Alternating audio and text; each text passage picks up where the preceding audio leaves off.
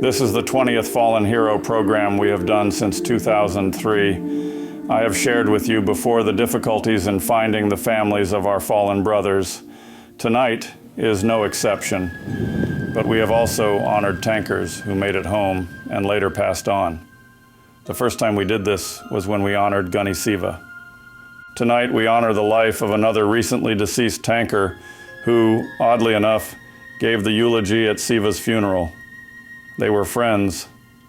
2 years ago, I shared with you the one fallen hero story that affected me the most, one which I was unknowingly a minor player in.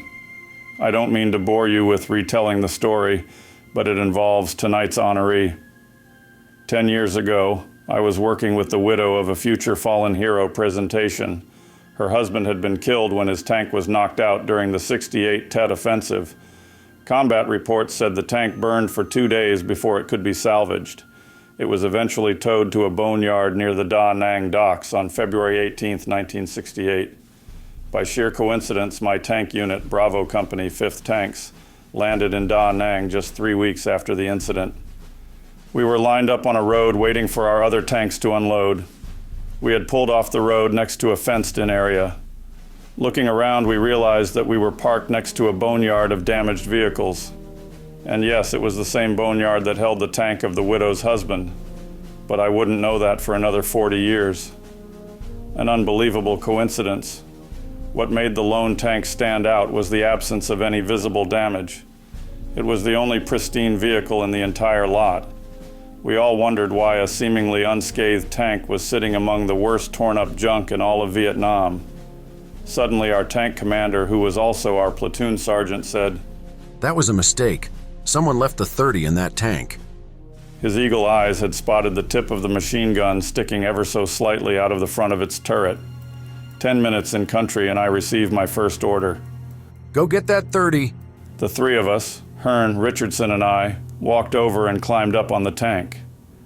What we saw made us take a step back. The inside of the vehicle was totally black. Hardly anything inside was recognizable. Our platoon sergeant looked up at us and asked, "Do any of you know what caused the fire?"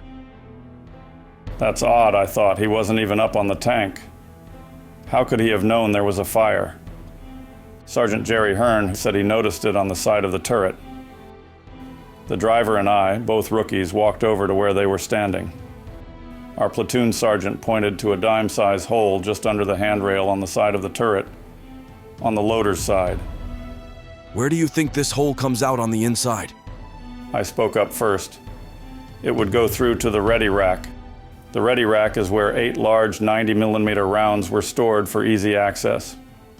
"That small hole was made by an RPG that set off all of the tank's ammo." He then went on a diatribe about the infantry's role in the field and how they had to work with tanks and to stay out in front of them. "If the grunts are not around you and ahead of you, you don't move. This tank was ambushed because no one was around it to take out the RPG shooter." School went on for another 10 minutes about RPGs, with Sergeant Hearn telling the two of us about an RPG that came through his flame tank and had hit the napalm bottle on Operation Starlight. It was my first warfighting lesson with the horrible results right in front of me. Little did I realize I was embarking on what would be a constant 13-month struggle between us and the grunts. But that was my platoon sergeant, staff sergeant, and later gunner Robert Embesi, taking advantage of every situation to give you more training. No one in tank school had explained such things.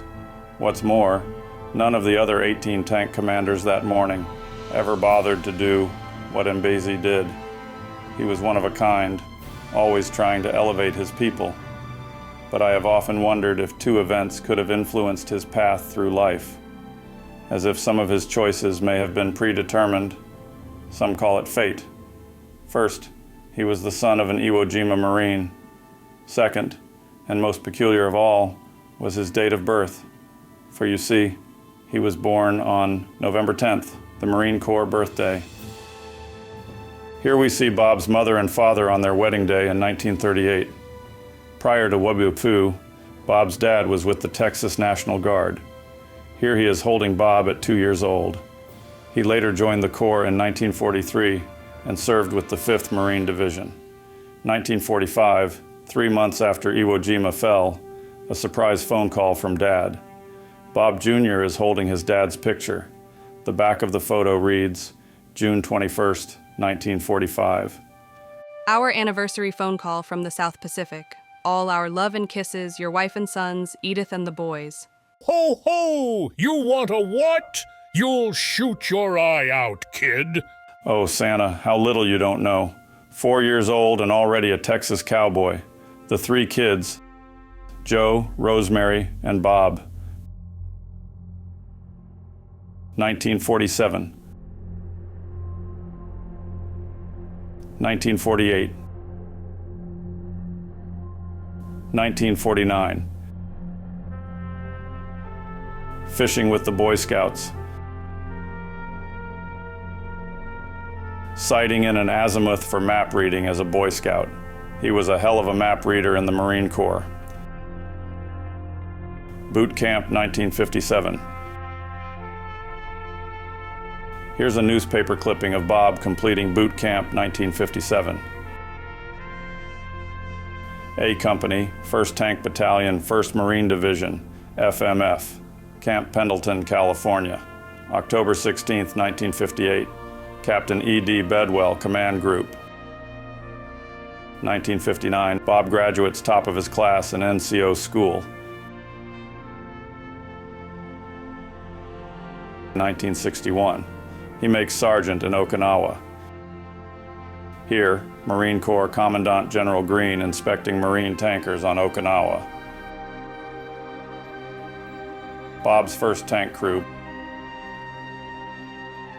Bob studied judo while in Okinawa. He was a highly accomplished third-degree black belt. Field ops in Japan, 1962. Again, in Japan. Note Mount Fuji in the background. Bob's first Vietnam tour in 1966. This photo is taken up on the DMZ west of Khe Sanh before there was ever a combat base there. BZ's Butchers on Hill 163 near the DMZ. A note from Gary Gibson on the right, when Bob made SSR. To S. Sergeant Bob, all my blessings to my favorite lifer, Gary. Heading into Da Nang by Mike boat after 3 weeks at sea from Camp Pendleton. It is early March of '68. This is his 3rd tour. 2nd Platoon, Bravo Company, 5th Tank Battalion, 5th Marine Division, April 1968. The damnedest ground I ever did see, said Bob. It was dry and dusty ground until you stopped on it. 10 minutes later, 4 tanks had sunk up to their fenders. Bob even practiced his karate in Vietnam at the 2nd Tank Platoon's CP inside 227's combat base. Pictured here is Gibson, Hearn, myself, and Bob. The crew of Bravo 24 on Operation Allenbrook. Coming in after 2 weeks on Operation Allenbrook. Bob returns to Camp Pendleton and is promoted to gunny. In 1970, he attends Warrant Officer School, graduates first in his class as a Warrant Officer 1 Marine Gunner in 1970. He is later assigned to run Edson Range at Camp Pendleton for several years. Bob also led the Marine Corps shooting team in competitions around the U.S. for several years. Bob gets ready to go to work in 1974. He was one of the very top marksmen in the Marine Corps. A few of the distinguished shooters of the Marine Corps shooting team. Note the 6 distinguished shooter medals Bob is wearing. He was only one of a few to ever win both rifle and pistol on the same day.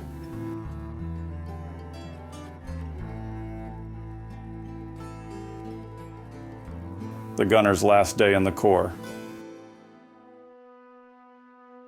After 25 years, Bob retires. In 1977, Bob opens his own range and shooting school in Pala, California for 10 years. Pictured up top, we see Bob, R.B. English, Carl Sutherland, and below them Sam Kaliki, Saslow, and Beatty. Bob and his son Anthony moved to the Bitterroot Valley in Montana in 1993 He would always answer the phone. Bob in Montana. Here we are in Las Vegas at the USMC VTA reunion pistol competition arranged by who else? Always the watching eye. On September 17th, 2022, the gunner passes away.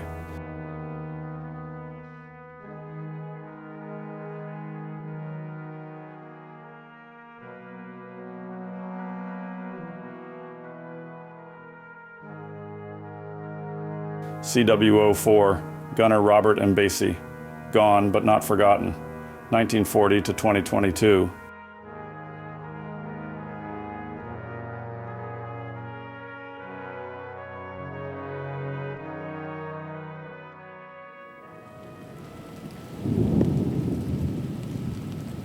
Bob Embesi's son, Tony Embesi, who was a corpsman with 3-1 during Desert Storm. I was in Fallujah in 2004, wounded on 4th of July. Unfortunately, got hit twice that day, about 10 minutes. First time was just a scratch with a little bit of frag from a mortar, and then about 10 minutes after that, I got blown up with an IED. Lost my left eye. It's prosthetic now. Last things I asked my dad before I left, I said, "What do I do?" And he said, "Stay calm in all situations." So, you'll be all right. So, thank you.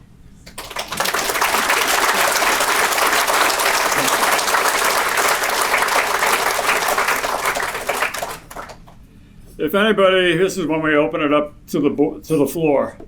If anybody has a short little funny thing they can tell us about Bob and give us more insight into his character, this is the time to come up and say it. I can just tell one quick story. You can imagine when the heat was like 125 degrees on a constant basis, the wearing of underpants or underwear was optional. Most people didn't. It was so freaking hot. Commando. And many men developed real severe forms of rashes, and crotch rot was what it was generally called. The funny thing about Bob was, if you asked Bob anything, he was the expert. He'd tell you, "I knew that." And as many times as I thought I could trip him up, he was right. And any number of challenges I gave him over the years, how he knew so much is just beyond me. And he kept telling a person with the crotch rot that what you got to do at night is air it out. And what you got to do is take these 2 pieces of string. They were about 15 feet long each. He threw them up over a divider it was a hardback tent, and proceeded to have the guy tie himself on two different places, and he then pulled the strings to get things elevated. And then he tied him off, and the guy would be laying in his rack for that night. Well, about 11 o'clock that night, I don't know why I was up. I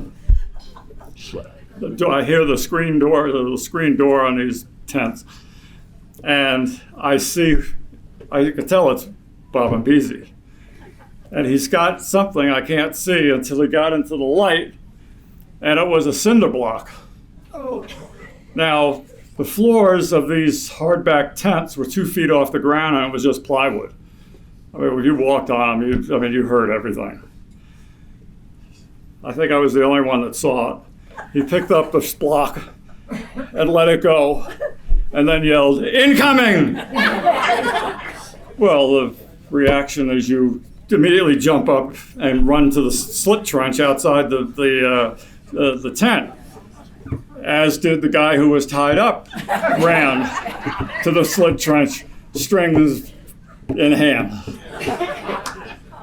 But that was just a little silly thing that he did. He'd always play a few jokes like that now and then. Don, do you have something you want to say? Yeah, I just want to. Bob always referred to me as that little bitty man. And he always had his hand on my bald head. But I want to yield my 1 or 2 minutes here.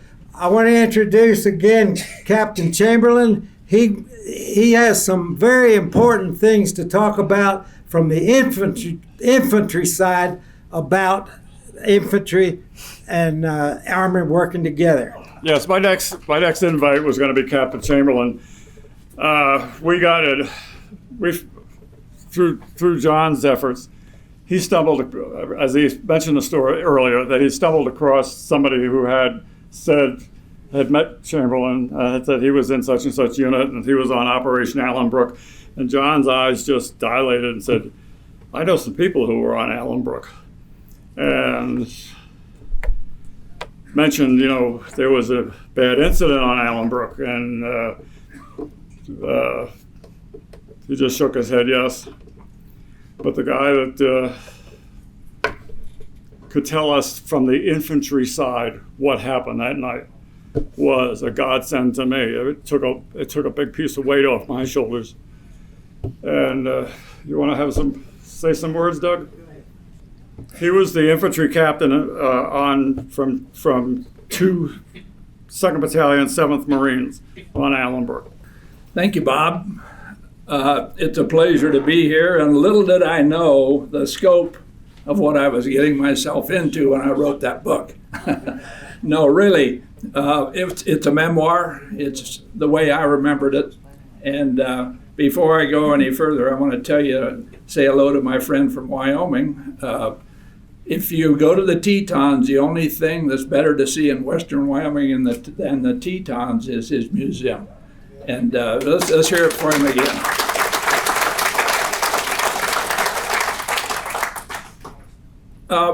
I became the commanding officer of Echo Company, 2nd Battalion, 7th Marines on October 7th, 1967, and remained in that position for 7.5 months. And towards the end of that time, after the Tet Offensive, we survived that, and the North Vietnamese and Viet Cong withdrew to the southwest of Da Nang into an area called Happy Valley and Gonoi Island, and in that area. And so my company and Golf Company were selected to start the operation, which eventually became Operation Allenbrook. At the beginning, it seemed so inordinate that they didn't even have a name for it. So they called it, the first few days, they called it the no-name operation. I knew nothing about tanks. I thought they looked like a steel coffin for the people riding in them until it would rain. And then everybody wanted to go be a tanker. But on this operation, we were assigned tanks. We've talked about the number, but the number, as I recall, what I finally ended up with were 5 tanks. Noisy boogers, but a lot of security. Felt great having them with us. And my problem was learning how to work with them, quite frankly, because I didn't know their capabilities entirely. And so as we moved into that operation, and our mission was to move southward, clear to the railroad track that ran from Hanoi to Saigon. And we got to there, and I'm trying to make it a short story, Bob. He said I had 30 seconds, so how am I doing? So the morning of May 12th, 1968, Mother's Day, we lost 2 tanks right off. They hit landmines, blew the trucks and some of the idlers off, but fortunately didn't wound any of the tank crews. But then what I found out about tank retrievers is that they really didn't work in Vietnam. I had heard about them. And so then we were told we had to drag those 2 damaged tanks with us, which, you don't have to be a rocket scientist to know that the 2 tanks, pulling 2 tanks, were very immobile. And so it left 1 tank with complete mobility, and we were moving on the direction that we'd been ordered to move that day. It was a large rice paddy area with a tree line along the left side. And so I had my 3rd platoon over there in that fence or tree row to, in case we would run into these gooks, in which records now show there were over 1,500 of them in that area that day. And a spotter plane, or a FAC as we call them, forward air controller, called me on the radio and he said, "Do you have any troops in that tree line to your left?" And I said, "Yeah, we do." Just at the instant that he said that, they opened up on us, and it was a classic ambush and raining literal hell of mortars, machine gun fire, B-40 rockets. They threw everything they had at us, and they really wanted to get those tanks. So the tank commanders had some tough decisions to make, like Don Scott and our honored guest tonight, Staff Sergeant Embesi. But somehow they got disconnected from those two damaged tanks, and by then my left flank was about being overrun. So they immediately seized the initiative and came roaring across those paddies, firing into that tree line in what I would call a steel curtain. And if it hadn't been for the quick reaction of those tankers, the outcome would have been much worse than it was. Staff Sergeant Embesi, Don, all those people, they just amazed me. Staff Sergeant at the time, Siva, was there exhibiting superhuman strength of hooking cables and unhooking cable, something that you can't imagine. You're sitting here tonight, folks, with heroes. Heroes. And they were in steel coffins part of the time, because that day, John Cash was killed. He was the driver of one of those tanks. And so as the battle raged, to try to make a long story short, I lost 52 men that day. Yes. Wow. Killed and wounded. If it hadn't been for those tanks, it could have been the whole company. That's how serious it was. These people never flinched. They never asked why. They never said, "How about later?" It was instant on the spot. Some of the bravest people I've ever known, including corpsmen like you, sir. So, my apologies. It's been over 55 years since I've seen these guys. And I've always wanted to say thanks. And I think I better stop there. Thank you.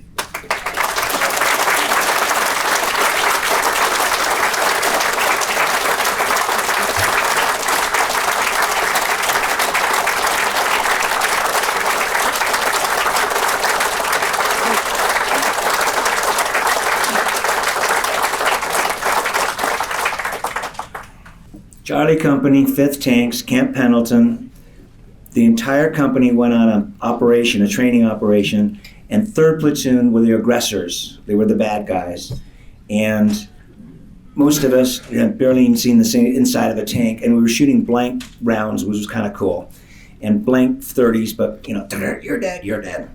And we pulled into an area, I can't remember the name of the hill. There's a big hill, and we were up on top of this big hill, and my tank commander was the platoon commander, and it was my turn for watch, and we had a 30 mounted up on the cupola, and I'm sitting there and I'm falling asleep, and of course everybody else is asleep, and we're supposed to be on watch, of course, and I'm starting to fall asleep, and all of a sudden on the back of the tank there's this thump, thump, thump, and it was Embesi, and he reached over and went, "You're dead!" And I was scared to shit out of me. I pulled the trigger on the 30. Everybody woke up, and Bob ran out and ran back to the platoon. It was so funny.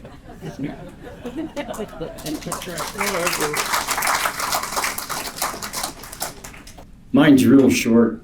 Like John, me. Like John, Embesi, 6 years older than me. I go outside, and he had his uniform on and practicing his karate. And being a young Marine, I sat there and I was just amazed at the kicks and the box and the punches. And I go, man, I better learn some of this when I go overseas. So Bob says he didn't mind me watching. I ended up Bob kicking the shit out of me. I mean, I was his punching bag for at least a half hour. And he said, "Thank you very much." So it was short, but yeah, he was a great guy, man. I mean, he took time with everybody. Thank you.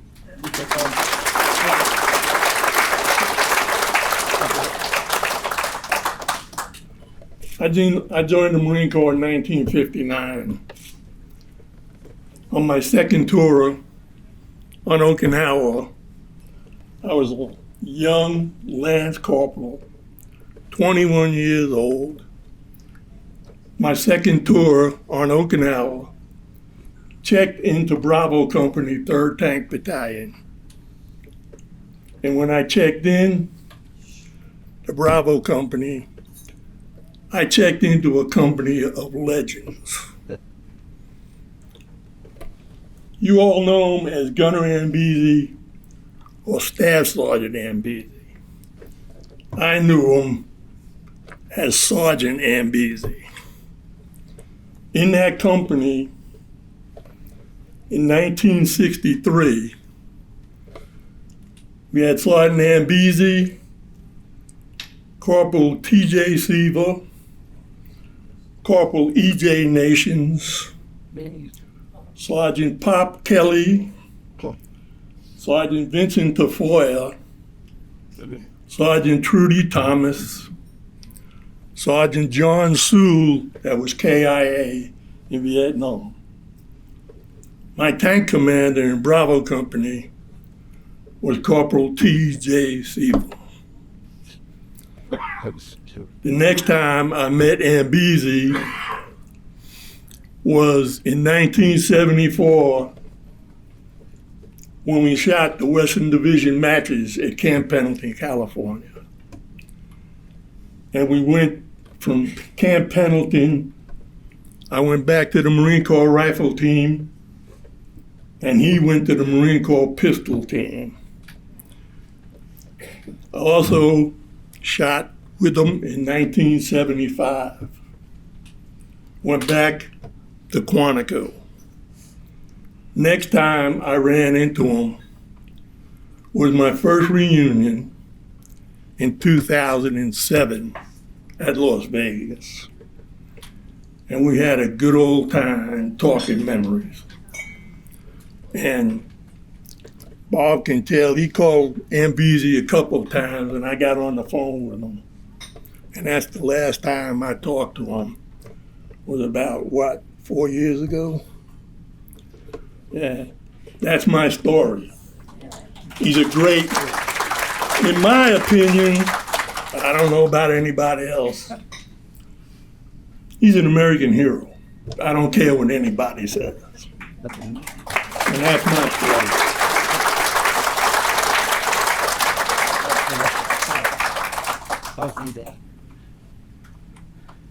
Good evening. If you were at Bob's funeral last year, you probably heard us, but I can't let it go without saying anything. He was one of my really good friends as far back as 1961, 62, 63. On Okinawa, we all bar hopping, and if you had a pretty girl with you, and the word was out that here comes Bob Embesi, go out the back door with your girlfriend. Because the girls love Bob. Yeah. Okay. I tell you that. They would leave you in a heartbeat as soon as Bob came into the bar. It wasn't fair. It wasn't fair, but we love the guy, man. The other thing is, he made Marine Gunner in 1970. This is just a little off-the-cuff thing. I figured if he could make it, I could make it. And I did, and he's been my mentor. We're only a year apart, but he's been like a big brother to me. And Tony, we seen Tony off at the Camp Pendleton when he went to Iraq. And I didn't think he'd be back so soon. But Bob Embesi came down the Oceanside as soon as he heard Tony being medevac back from Germany. And I spent every day with Bob Embesi going down to Balboa, looking after Tony. And after about 6 weeks, was it? Your father had to go back to Montana for financial something. And he asked me to take care of Tony. And I did. And you're like a son to me, Tony. And if you need anything, give me a holler, okay?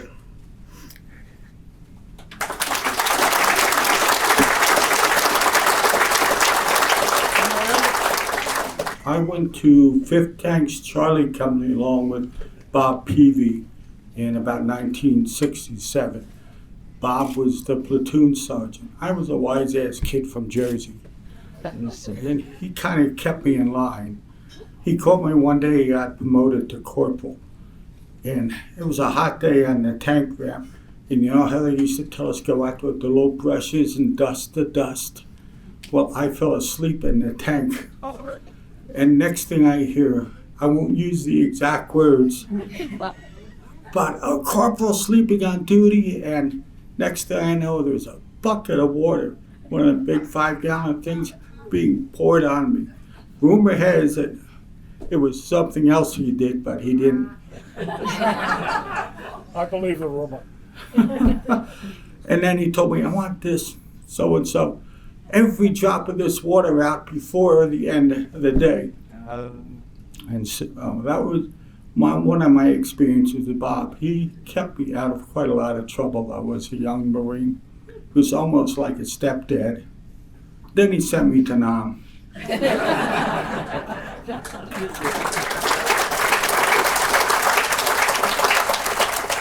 Well, that concludes our fallen heroes, and it was a pleasure being able to do my favorite person.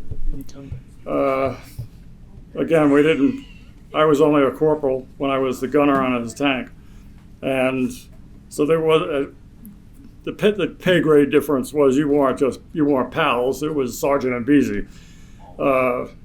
That all changed after we got out. And he searched me down with a couple of other people that I guess he liked, and just developed a relationship that lasted for decades. I can't say enough.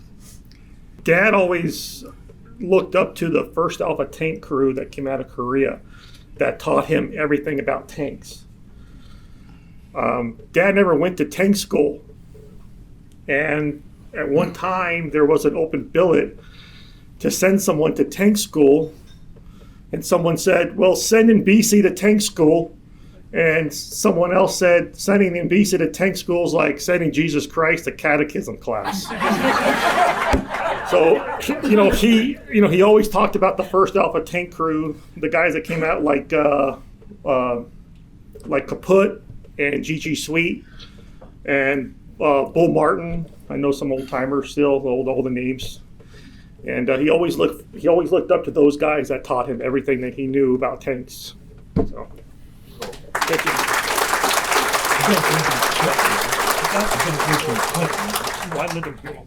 Just fast forward, so gosh, I guess it's got to be about 10 years ago. My grandson and I were hunting in Montana for elk. It's snowing, it's ugly, we're having a terrible time, and we're literally at the last day of the hunt. We haven't gotten anything. And I remember, I know this guy Embesi. I ought to call him while we're here. So I call him and I tell him, he goes, you dumbass Lewis, you could have sat on my back porch and shot him. And then he and I worked together on a story about the Korean Marines in the response box later on. But he was quite a character, no doubt.